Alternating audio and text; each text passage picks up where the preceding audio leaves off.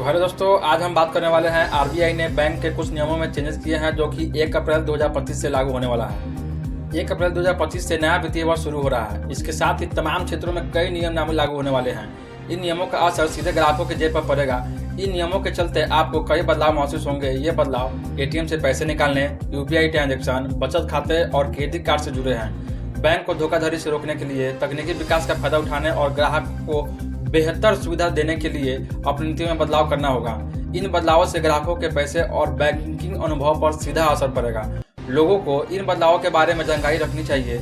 आइए जानते हैं। एटीएम से पैसा निकालने के नियमों में बदलाव किया गया है। भारतीय रिजर्व बैंक के निर्देशानुसार बैंकों ने एटीएम से मुफ्त निकासी की सीमा को कम कर दिया गया है। अब ग्राहकों को दूसरे बैंकों के एटीएम से महीने में सिर्फ 3 बार ही मुफ्त में पैसे निकालने की अनुमति होगी।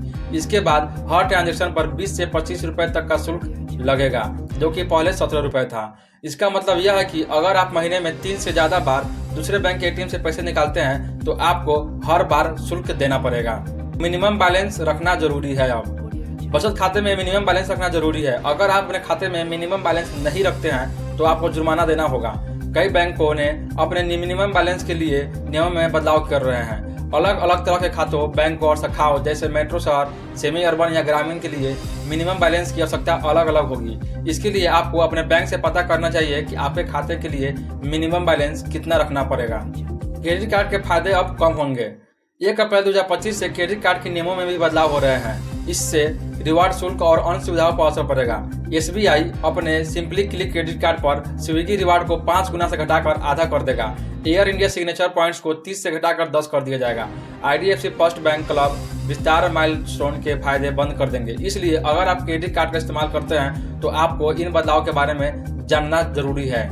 यूपीआई ट्रांजैक्शन के नियमों में भी बदलाव किया गया है। 1 अप्रैल से जिन मोबाइल नंबरों से जुड़े यूपीआई खाते लंबे समय से इस्तेमाल नहीं किए गए हैं उन्हें बैंक रिकॉर्ड से हटा दिया जाएगा। अगर आपका फोन नंबर यूपीआई ऐप से जुड़ा है और आपने लंबे समय से इसका इस्तेमाल नहीं किया है तो आपको इस बैंक अपने रिकॉर्ड से हटा देगा।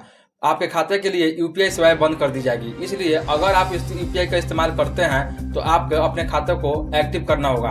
आपको महीना 2 महीना पे 1 बार 2 बार ट्रांजेक्शन यूपीआई से करना ही पड़ेगा। अगर आप ऐसा नहीं करते हैं तो आपका नंबर डीएक्टिवेट कर दिया जाएगा और आपकी बैंक की यूपीआई सेवाएं बंद कर दी जाएगी।